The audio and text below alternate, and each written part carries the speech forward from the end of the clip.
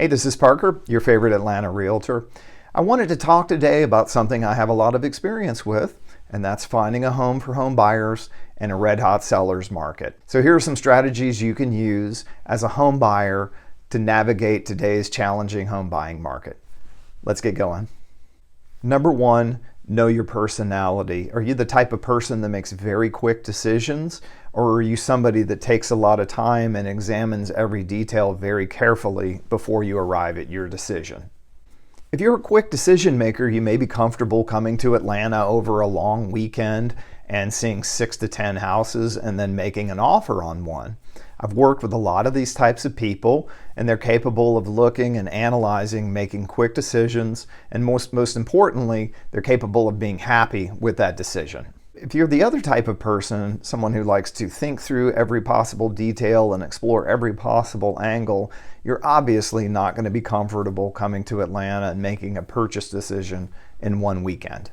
In that case, I'm going to strongly recommend that you secure some short-term housing in Atlanta, whether it's a 3-month lease on an apartment, maybe living with a relative already here in Atlanta, some corporate housing, whatever it may be. You're going to want to be on the ground and really be able to take the time, explore all the neighborhoods, and do your homework before you arrive at a purchase decision.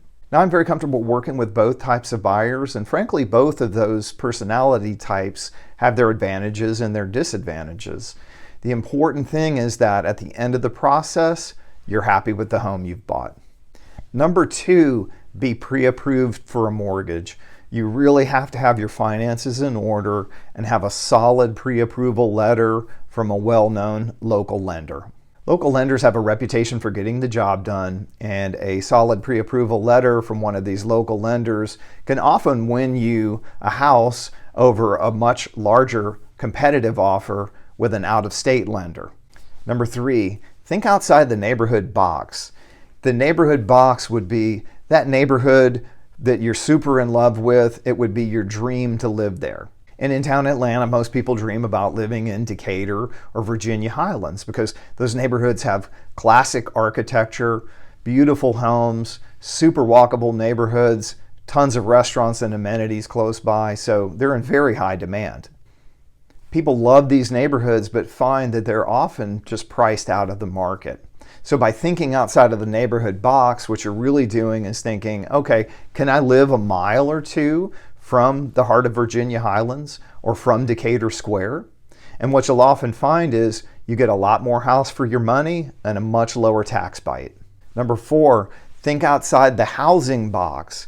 This goes along with my previous point. People tend to fall in love with the neighborhoods. They also tend to fall in love with specific styles of houses. And in Atlanta, that would primarily be the Craftsman bungalow. Now, if you can afford that Craftsman bungalow in the heart of Decatur, rock and roll. But you should also be aware that it's easy to move a mile or two in any direction and find a very nicely renovated ranch at a much lower price.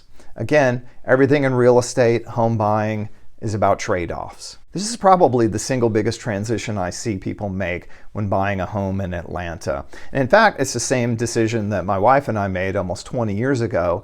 We were living in a small bungalow in Avondale Estates, and kids came along. We needed more house. The cost of moving up to a larger bungalow was prohibitive, so we ended up buying a ranch in North Decatur. A lot of people end up going through this process when they're buying a house in Atlanta. And finally, number five, consider buying a fixer-upper.